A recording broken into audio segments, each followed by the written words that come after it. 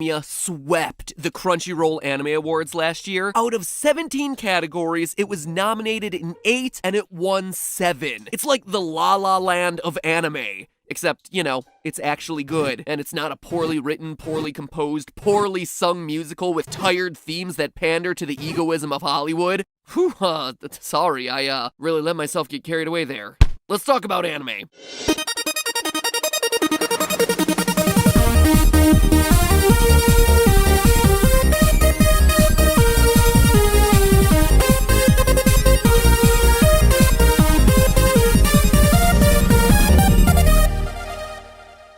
Internet, welcome to Film Theory, the show that's dedicated to ruining your favorite superheroes one by one. So far, we've killed off Luke Cage, Deadpool, Spider-Man, Magneto, and Wolverine. We've taken away Doctor Strange's magic. We've wrecked Thor's self-esteem. We've exposed Batman and Wonder Woman for the failures that they are. We've proved that Ant-Man and Superman would destroy the world. We've pitted the Incredibles against each other, and just last month, I showed you how Black Panther's biggest weakness was the law of supply and demand. But today, instead of just looking at more Marvel and DC superheroes, we're instead turning our eyes eastward to tackle the insanely popular anime My Hero Academia, where superheroes aren't masked vigilantes with secret identities, but instead government-sanctioned professionals who work full-time saving lives while employed by various hero agencies. And it's not just the heroes who have the superpowers here. 80% of the population has some sort of unique power called a quirk. Reports of people with superpowers popped up across the globe. For long, the supernatural became the totally normal.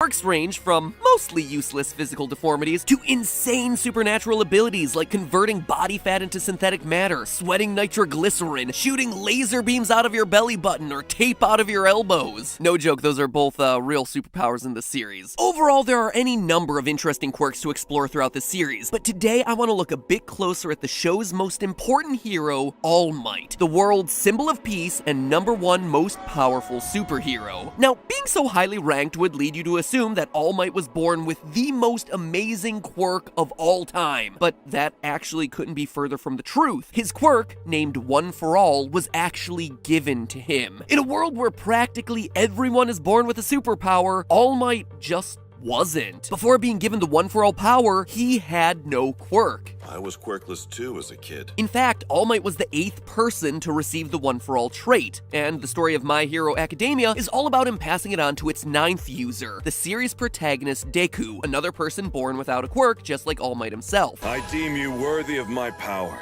My quirk is yours to inherit. This is all well and good, the characters are all super lovable, the story is super compelling, except for one thing. It's my theory that All Might was born with a quirk. If you look at the series lore and the way the One for All quirk behaves, All Might possesses a latent quirk beyond just One for All that maybe even he was never aware of. And I'm about to lay down that evidence for you. After all, as they say on the show, Meddling when you don't need to is the essence of being a hero. That must mean I'm a hero then, right? Maybe my quirk is the incredible ability to jump to conclusions. To begin, we need to look a bit closer at the range of quirks present in this universe. You see, the My Hero quirks fall into one of 3 broad category types: transformation, mutant, and emitter. Transformation type quirks, as the name implies, transform or change the form of the user's body in some way, or adds a new feature to the user's body for a limited amount of time. For example, one transformation quirk gives the user the power to harden any part of their body, thereby increasing its resistance and defensive capabilities. Another, possessed by the character Mount Lady, is able to transform into a giant version of herself. Pretty self-explanatory. Moving on. Mutant type quirks, unlike transformations, are permanent changes to the user's physiology. These are quirks like Froppy's frog form, Ojiro's tail, and Toru's invisibility. These quirks can't be turned off. And then finally, there's the emitter type quirks, which are pretty much everything else. They're defined as being activation-based, so they can be turned on and off, and unlike the other 2 categories, emitter quirks don't actually alter the user's appearance. Instead, the user's just able to generate substances or change certain materials around them at will. This includes everything from emitting an aroma that puts people to sleep to emitting sweat that happens to explode. More unusual examples of emitter quirks belong to Shota Izawa, who can cancel the quirks of others just by looking at them, and Hitoshi Shinso, who can brainwash anyone who answers one of his questions, thereby forcing them to do what he says. And between those 3 classifications, that encompasses all known quirks in this universe. Equipped with that knowledge, now let's examine All Might's quirk, One for All. All. Even though it's technically one quirk, One for All is actually a combination of two very separate powers. First, a quirk that stockpiles power, much like a battery storing energy, and second, a quirk that can be passed on to others, just like the passing of a torch. As a result of this odd combination of powers, One for All makes each new person to inherit it stronger than the last. One person improves the power,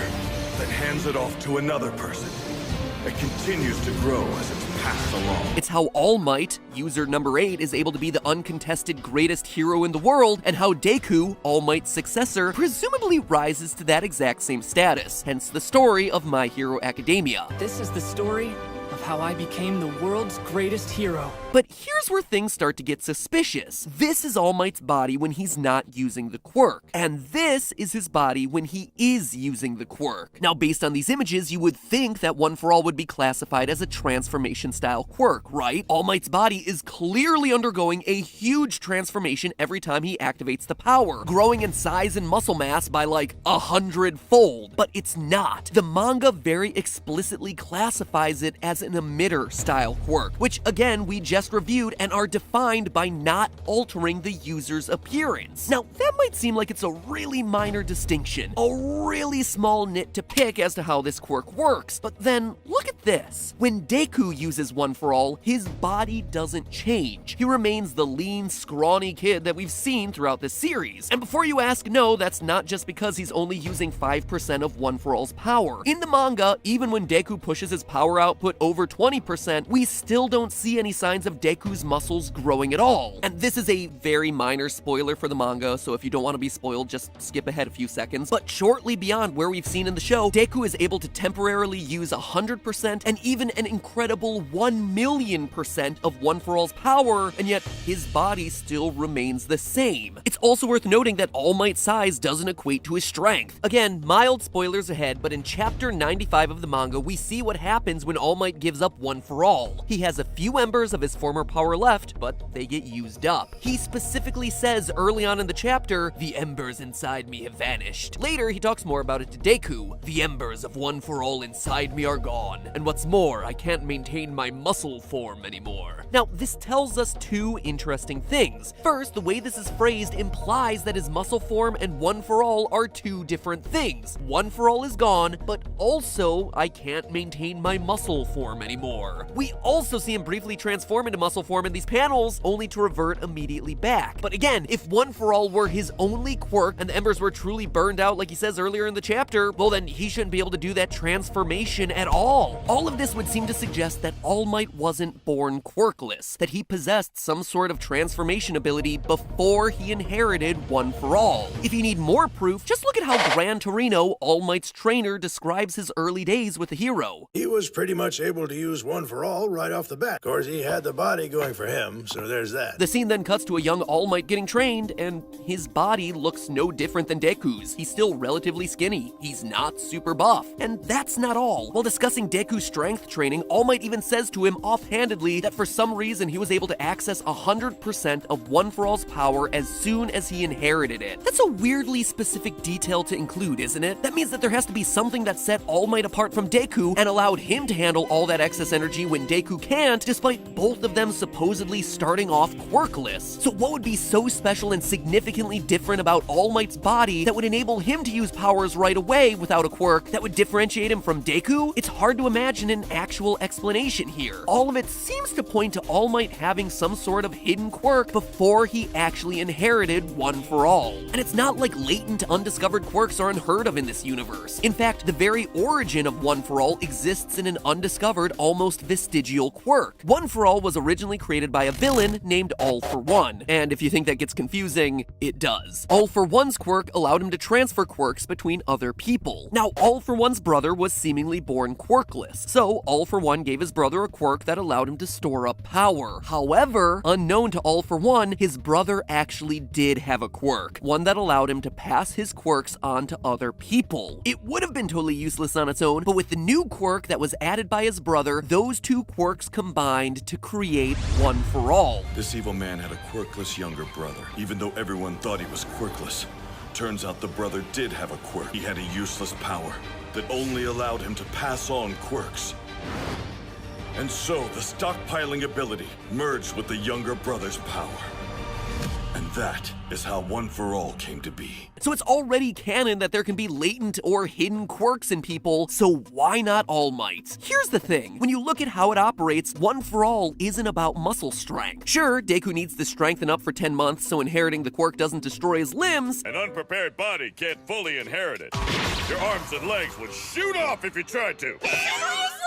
Which in and of itself is a bit weird to begin with, right? If All Might were indeed quirkless to begin with and then received the power and could suddenly use One For All from the get-go, wouldn't he just be under the impression that Deku could handle it as well? Anyway, the actual power of One For All isn't mechanical power coming from muscles. It actually works by storing up metabolic energy, converting it to kinetic energy, and then channeling that energy through the body. It's pretty easy to see this in action. In episode 2, we see All Might punch so hard that it changes the weather. Pure super strength isn't gonna do that. You also see it in Deku. When Deku uses One For All, we see the air around him crackling with green energy. That's not just for show, that's the excess energy of his quirk overflowing from his body. The same doesn't happen to All Might because his biceps are actually beefy enough to contain all of it inside of him, which seems to indicate that perhaps All Might's latent transformation quirk is to expand his muscles without really increasing his overall strength. It's a seemingly useless quirk unless he inherits something that requires his body to store huge amounts of energy,